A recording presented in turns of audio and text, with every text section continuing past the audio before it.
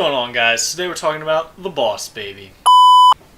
What's going on, guys? He may be gone, but today we're talking about Driving with Paul Walker.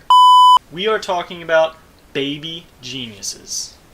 Italian Job. I'm Ben. And I'm Caleb. And we're talking about Baby Driver. It's the one who say listen to the music all the time? Is he mental? Mental meaning slow. Was he slow? No. He had an accident when he was a kid. Still has a hum in the drum. Plays music to drown it out. And that's what makes him the best.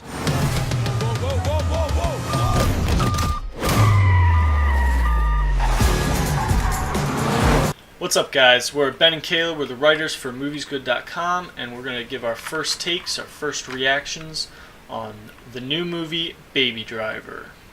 So we just came out of the theater, kind of just giving our first kind of fresh reactions on the new film. Written and directed by Edgar Wright, starring Ansel Elgort, Kevin Spacey, a little bit of Jamie Foxx and some John Hamm in there as well. And Lily James in the kind of romantic interest role. Do you have any kind of preconceived notions about Edgar Wright going into this film? So, Edgar Wright happens to be a big part of one of my favorite MCU characters, which happens to be Ant-Man. But you can clearly see in that movie where he was and where he wasn't. I think it's interesting that you bring up Ant-Man because I think that a lot of the criticism about that movie was kind of there were parts that were very stylistic and there were parts that were very safe.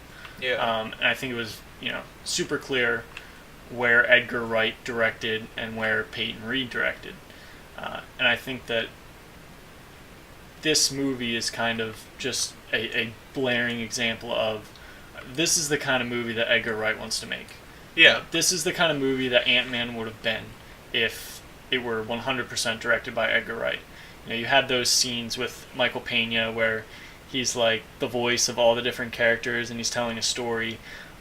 It's very much like that. Like, that is pure Edgar Wright. Yeah. And there's a lot of stuff like that in this movie. Yeah.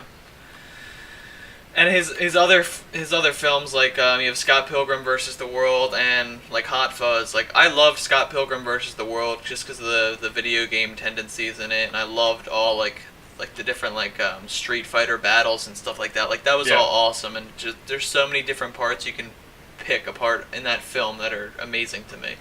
But like his other ones with Simon Pegg, they never do it for me. Like, I watched Shaun of the Dead when I was very young with my brother, which I was probably too young for. But I watched Hot Fuzz recently, and that I made it through like an hour and really just wasn't having any of it. So, kind of going more into the characters, were there any specific characters that stood out to you as, this is probably my favorite character, or this is a character I thought was really well done, acted, written? I think Kevin Spacey is always a big hit for me. He's always very suave, very clever in the way he talks.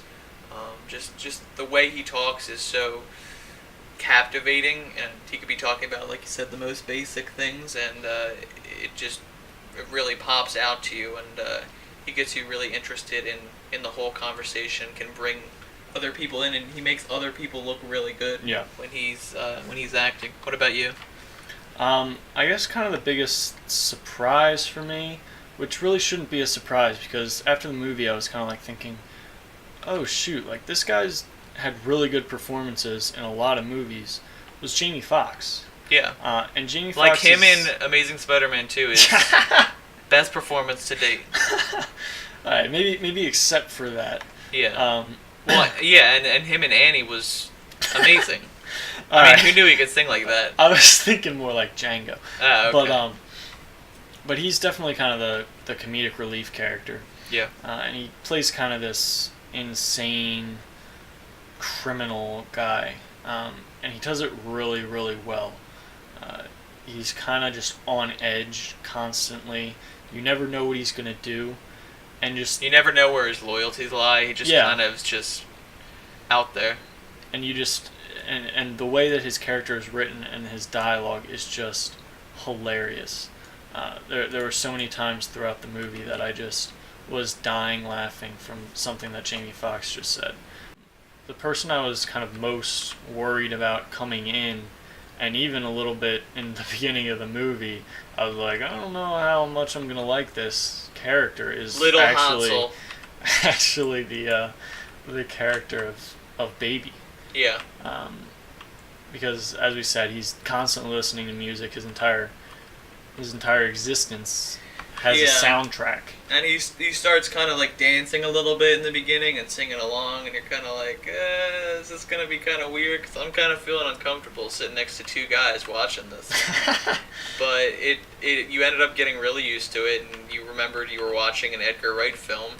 You remember that he literally made a whole film about being in a video game, and you're like, well, I probably can take that this kid really likes to sing and dance on the street or whatever. I thought the best part probably for me was the music that was used. There's basically music playing the entire movie, because music's playing for basically all of Baby's life.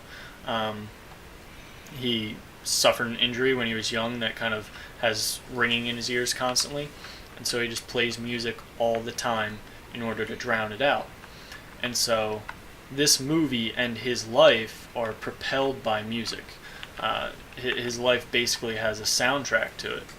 And so just the way that it was incorporated into the film with the editing, it was like every single thing that happened, every single door that was opened, thing that was placed on the ground, car doors, engine revving, everything that had to do with the film, every action that was done had a musical beat to it. It went along with the rhythm of the film and the rhythm of the music in the background, even if it was super subtle. Yeah. It could be just something very quietly in the background while just having a conversation, and just the diction that the characters are using in the dialogue is lining up with the syncopation of the music. Or it can be a huge action scene with guns. And where you really notice it. Yeah. Like when where it's everyone in the theater is going to notice it. Yeah. But what's interesting is that Edgar Wright still chooses to make those subtle choices in the dialogue that correspond to the music that maybe half viewers pick up on, but he still does it because it's commitment to the creativity of what he's doing. And like you were saying in the beginning, how there's just music throughout. Like, it's really hard to have actual musical tracks through a whole 2-hour film and make them all good. And they do something very cool as far as when the music stops playing for Baby, the music also stops playing for the audience, and once again you hear the ringing in his ears and the uncomfortableness that he experiences, you experience as the viewer. And you're like, oh, bring the music back. You're like, oh gosh, this is incredibly distracting, just like he is. And I just thought it was a super clever way to communicate the character's feelings and what the character, how the character sees the world. The romance was something that was a little bit surprising to me as far as how much time was dedicated to it. Okay. I knew that there would be a romantic aspect just from the trailer, but that really became kind of the focal point of the film. And so how did you think that was handled? How did you think that So, I know a big complaint going into it was that it didn't have enough development to really warrant running away. But you got to think of it from their perspective, I suppose. They're characters, it's not really a spoiler to say, they're characters that don't really come from much. Yeah. You know what I mean? He's a criminal and she's a waitress, and you find out a little bit more about them, but it's characters that don't really come from anything, and they don't really have a lot of loved ones or people that they just, have relationships with. So when they find, another person that kind of shares their immediate interests, they're kind of infatuated with each other, whether that's real love or in that kind of first 2 weeks kind of thing, I think would be more descriptive. But regardless, they're in that during when this movie takes place. Yeah. And I think everyone can remember what that feels like with somebody, and whether it was, I guess, real or not. What did you think it was underdeveloped, or what did you think about it? I didn't think it was necessarily underdeveloped. I think that, like you said, it was, romantic in the real sense of the word. But I think that it was developed enough in that both of the characters established we don't really have a ton going on here. Like, we don't have anything tying us here. We don't have anything that's really keeping us in this area. You know, we don't have incredible jobs. We don't have family. You know, both of them are just like, you know, we would love to be able to drive off and just keep driving. Yeah. And just, you know, just go away without a plan. And both of them individually feel that way.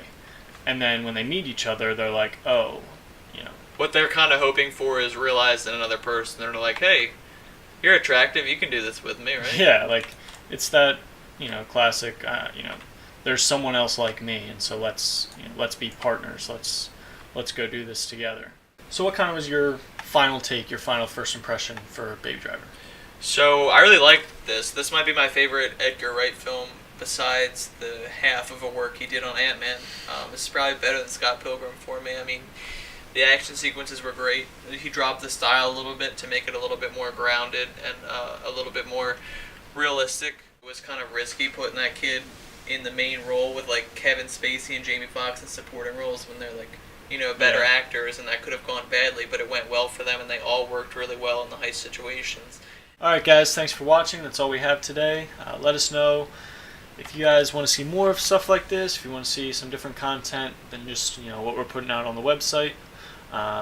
We enjoy doing stuff like this, and so we just thought it might be fun to just play some video games, talk about some movies. So that's all we got for Baby Driver.